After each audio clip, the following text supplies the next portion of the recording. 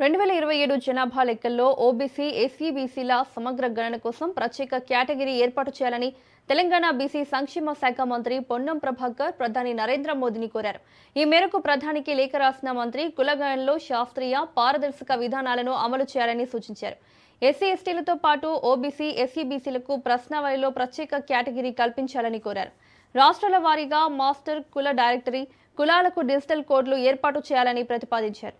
జాబితాలో లేని లేదా వివాదాస్పద కుల పేర్లను ప్రత్యేకంగా నమోదు చేసి ధృవీకరించే విధానం ఉండాలన్నారు. తెలంగాణ ఎస్ఈపీసీ సర్వే అనుభవాలను 2027 జనాభా లెక్కల్లో పరిగణలోకి తీసుకోవాలని సూచించారు. విశ్వసనీయమైన కులవారీ డేటా ద్వారానే రిజర్వేషన్లు, విద్య, ఉపాధి, సంక్షేమం, సమాన ప్రాతినిధ్యంపై సమర్థవంతమైన విధానాలు రూపొందించవచ్చని మంత్రి పేర్కొన్నారు.